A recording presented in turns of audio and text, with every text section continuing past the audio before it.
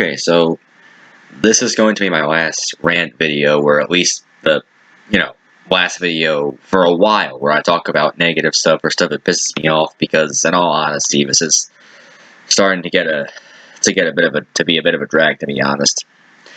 After this, I'll probably just be, sticking to more like, lighthearted stuff, just stuff that I like talking about, not stuff that, what makes me want to just rip my fucking hair out.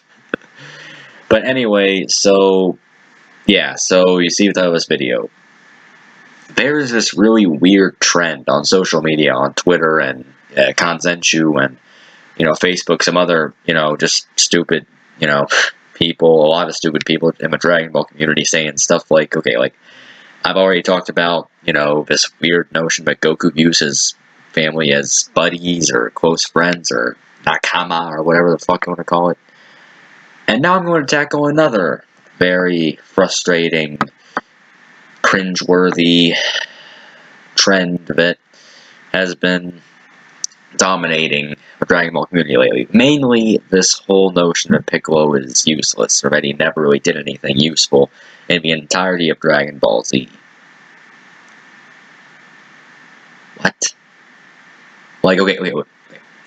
So, here, I'm just going to pull up my notepad file real quick, because I have all my notes typed out on there. So, people say Piccolo is useless, okay, except for what he did to Raditz and for a Cyberman. That is just, okay, I'm just going to go over in detail what Piccolo did throughout DBZ that proves everyone wrong, and why no one should believe this, and why this is, okay. And before I go on, I understand there might be people going, oh, it's just my opinion, oh, it's just yeah, well, no, okay. This stuff like this, and I've said this before in a previous video, stuff like this is not a matter of opinion. It's a fact.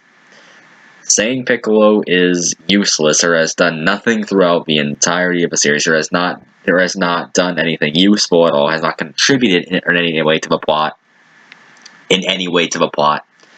that's a yes or no, that's a true or false statement. And it is objectively false to claim that he is useless, or has done absolutely nothing to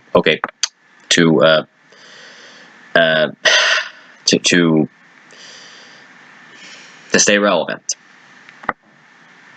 I'm going to prove you wrong, and I'm going to prove you in full detail why it's wrong. Now, if you want to say stuff like, oh, Piccolo is a good or bad character, he's cool, he's shit, if you like him or not, that's a matter of opinion. Whether or not he actually did anything is a fact. Now we got that out of the way.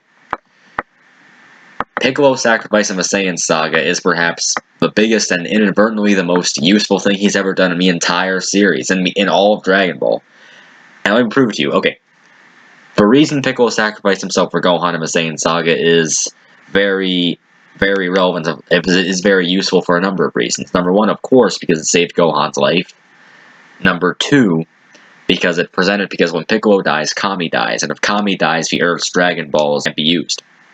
And that means that Vegeta and Nappa cannot use the Earth's Dragon Balls at this point to obtain immortality like they wished, like they wanted. Number three, because Earth's Dragon Balls cannot be used because of Piccolo's death, this prompts the Z Fighters to travel to Namek and eventually confront Frieza, right? And this prompts Goku to join them.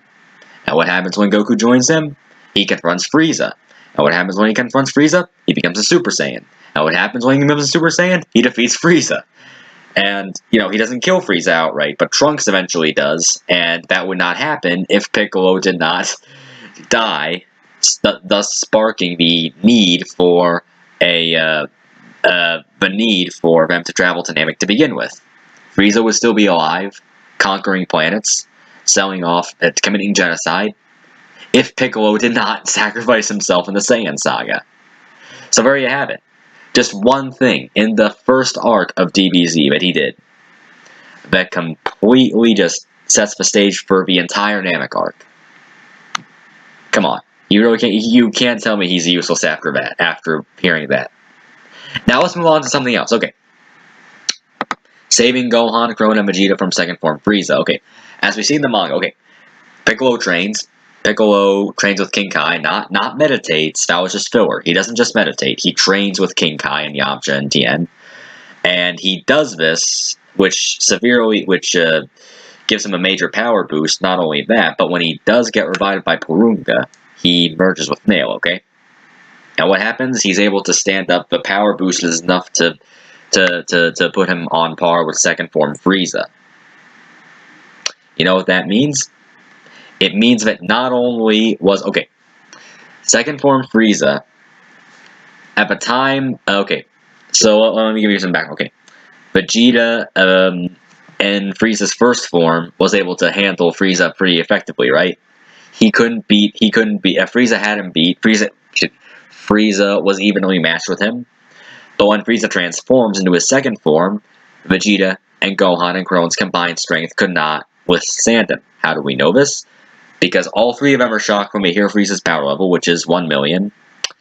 And Vegeta, even at one point, attempts to run away and just go to wherever to run away from Frieza's second form, but he fails, and Frieza bitch slaps him into a plateau, and then continues to fight Piccolo, right? So yeah, Piccolo intervening, because again, Goku is still in the healing chambers, right? On Namek. So he can't do anything. Vegeta, Gohan, and Krillin could not do anything to Frieza. Piccolo was the only one capable of taking on Frieza at his second form, and if he had not done that, everyone would have fucking died. Are you serious? It doesn't matter. Here's the thing. When I debate with people about this, they say, oh, but Frieza transformed, so it doesn't matter. I've already explained to you why it does matter, and number one, I've already explained to you why Piccolo intervening did very much prove to be a very important plot point, because it saved everyone from second form Frieza, and number two, you don't even have to, you don't have to kill someone, or even beat someone in a fight, to be a useful character, or to provide some sort of, assistance, or to be, my brain is fucking fried right now. But you get the idea that Piccolo didn't need to kill Frieza outright to be useful in that scenario. And even after that, Piccolo did not even, even after that, when Frieza's transformed to a third state into his final form, Piccolo still proved himself to be very, very useful. Why? Because he saved Goku's life twice. Number one, when he kicked Frieza out of the way when Frieza was about to kill Goku, after Goku was about to charge the Spirit Bomb and stuff. You know what scene I'm talking about, when he kicks Frieza out of the way, and then Goku can launch a Spirit Bomb. And number two, after the Spirit Bomb proves useless against Frieza, after the Spirit Bomb can't kill Frieza, Piccolo saves Goku's life again when Frieza shoots the Death Beam before he kills Krillin. He tries to kill Goku, but Piccolo steps out of the way, knocks Goku out of the way, and takes a shot, and yeah, saves Goku's life again. Which again, had he not done that, Goku wouldn't have become a Super Saiyan, and everyone would have died. And yeah, so really, you have Piccolo to thank for the entirety of a Namek arc even happening. You have Piccolo to thank for all the events in the Namek arc occurring as they did, because if it were not for him, Goku would never have confronted Frieza and would never have become a Super Saiyan. None of that would be happening. If it hadn't have been for him, I've already explained why his sacrifice in the Saiyan Saga, set the stage for all this, so... I mean, I'm not even getting into what he did in the Android Cell Saga, which I'm going to do right now, okay? Okay, so... what he does... Oh, sorry if I just... sorry if I pause a little when I'm looking at my notepad. That's just kind of, I tend to forget what I'm... just in case I forget my points, I want to, accurately cite them. But anyway... Okay, so he beats Dr... Okay, no, wait. Oh, before that. During the fights between Android 19 and Goku, as we know, Goku cannot win because he is affected by the heart virus. And then eventually Vegeta drops in, turns Super Saiyan, and kills 19, right? Now everyone pretends like that this was Vegeta's big moment, that if it were not for Vegeta, Goku would have died. And that's not true. Now, I'm not saying that Vegeta turning Super Saiyan and all that, and killing 19, it was cool, but in that context, it honestly wasn't really necessary. And let me explain to you why. Piccolo is about to face Android 19, right? Well, okay. Piccolo is about to intervene in a fight between Goku and 19, right? Dr. Gero interrupts them and refuses to let them pass. Piccolo then,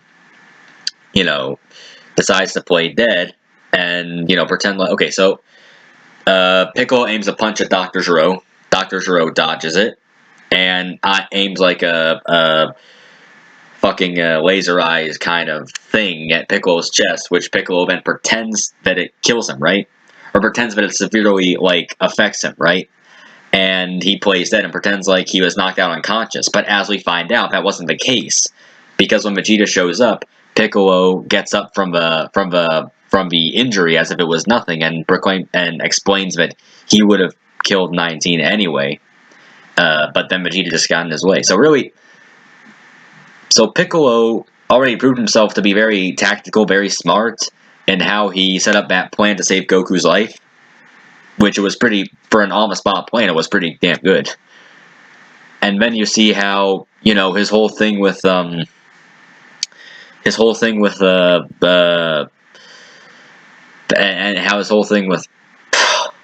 I'm sorry, I'm gonna keep apologizing for this video, but I'm sorry, but I'm just trying to collect my thoughts here. But anyway, we see how Piccolo's intervention in that scenario, as we all know, Piccolo would have beaten 19 anyway and would have saved Goku's life. Why?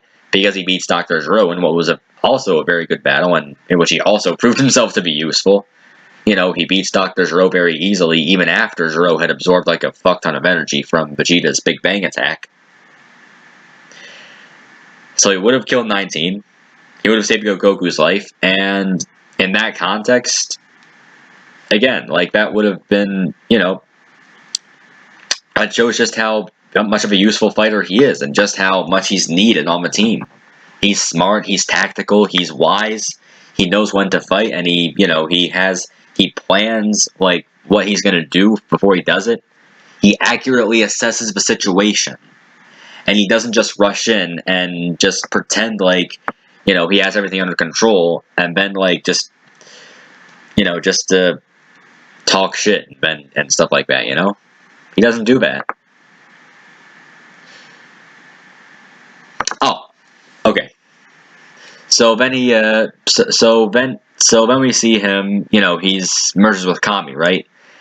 And, aside from, helping him, aside from being a great moment for his own character development, it also puts him on par with Imperfect Cell, who he very promptly beat in a fight.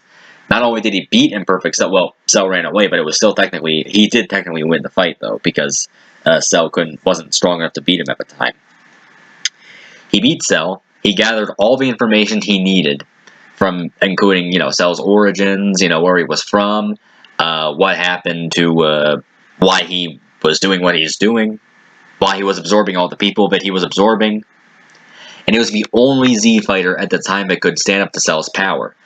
When he merged with Kami, he was stronger than Vegeta and Goku. How do we know this? Because Vegeta, when he senses Piccolo's power, exclaims that it was stronger than his own as a Super Saiyan, and we also know that Vegeta was stronger than Goku at this point because of how much he had trained. And I forget. I think Piccolo himself states that Vegeta was stronger than Goku at this point, in a Super Saiyan form. So yeah, there you have it. Piccolo is the strongest Z fighter at this point. He is the only one that can handle Imperfect Cell and Android 17 too, as we see later. Okay, fight between Android 17 and Piccolo. People tend to say that, oh well, they were evenly matched, so it doesn't matter. It does matter. And let me okay. Piccolo choosing to fight Android 17 saved the lives of Tien, Krillin, I believe Master Roshi too, and I think Chi-Chi. All of them were at Kame House. Okay, so here's the scenario. Okay, when Android 17 and 18 arrive at Kame House in the Cell arc to find Goku, right, to kill Goku, Piccolo is there. Okay, Vegeta is still training in the Hyperbolic Time Chamber, so he can't fight, and neither can Trunks. Goku and Gohan are still both weaker because they have not gotten their turn at the Hyperbolic Time Chamber yet. They're up at Kami's lookout. And Chi-Chi, Roshi, Tien, and I believe Krillin are there at Kame House, and obviously they can't stand up to the androids' power. Piccolo can, and offers to fight them on a distant island, which buys them enough time so that they wouldn't get to kill anyone else at Kame House. And given how ruthless they were at the time, they probably would have. You know, they probably would have. They would have plowed through Tien and everyone else. And I hope I'm making sense here, but yeah, you see how that not just agreeing to fight with 17 showed that Piccolo was smart enough to keep those around him safe and to keep the people, at least the people at Kame House, safe. So yeah, I'm just going on. I mean, my God, I've gone on for 15 minutes on why Piccolo is so like such an important part of a plot of Dragon Ball Z and why he's so useful. I just can't for the life of me ever figure out how anyone could believe stuff like this. And then we get to and then after he fights with 17, he trains by Hyperbolic Time Chamber, and even though he doesn't participate in any major fight at the time, well, actually he does though. He beats a Cell Jr. and also in the anime at least, when Gohan and Gohan and Cell are having the final Kamehameha struggle, Piccolo is the first to intervene and help Gohan fight Cell, and with like Ki Blast and shit. And then Yamcha joins him, and Krillin joins him, and Tien joins him, and eventually Vegeta joins him, and that's important because Vegeta, Vegeta was stronger than I believe Piccolo. I believe he was stronger than Piccolo at the time. His blast was enough to distract Cell and eventually grant Gohan the victory. Because like Gohan's like Kamehameha blast like overpowered Cell. But Piccolo started all that. Piccolo took the initiative to help Gohan in the final Kamehameha struggle, which all the Z fighters joined in, and so did Vegeta, and that helped Gohan win. So again, there you have another indirect example of Piccolo being useful. Again, it's indirect, but still very important. 17 minutes, and I haven't even covered the Buu Saga, which admittedly there's not as much to point out, but here you go. Two of the major things that Piccolo did during the Cell Saga was he sliced Babidi in half, which that was another fight he won. I don't think this was really like important or of a plot, but it was still pretty cool, him slicing Babidi in half. That was pretty cool. And then you have him training Goten and Trunks, on Goku's initiative because Goku can't be there because he has to go back to Otherworld. He trains Goten and Trunks, and so he trains Goten and Trunks, which without that they wouldn't have Gotenks. Gotenks would not exist. And he even stalls Super Buu when Super Buu shows up, when Majin Buu shows up at Kame's lookout, and does the human extinction attack. He distracts him long enough I believe he takes like a longer route toward the Hyperbolic Time Chamber, the Room of Spirit and Time, whatever. And he does this, as he's doing this, he's buying Goten and Trunks more time to train, so that when they do fuse into Gotenks, they're able to handle Super Buu at a more even, on a more level playing field. So yeah, stuff like that is like when people say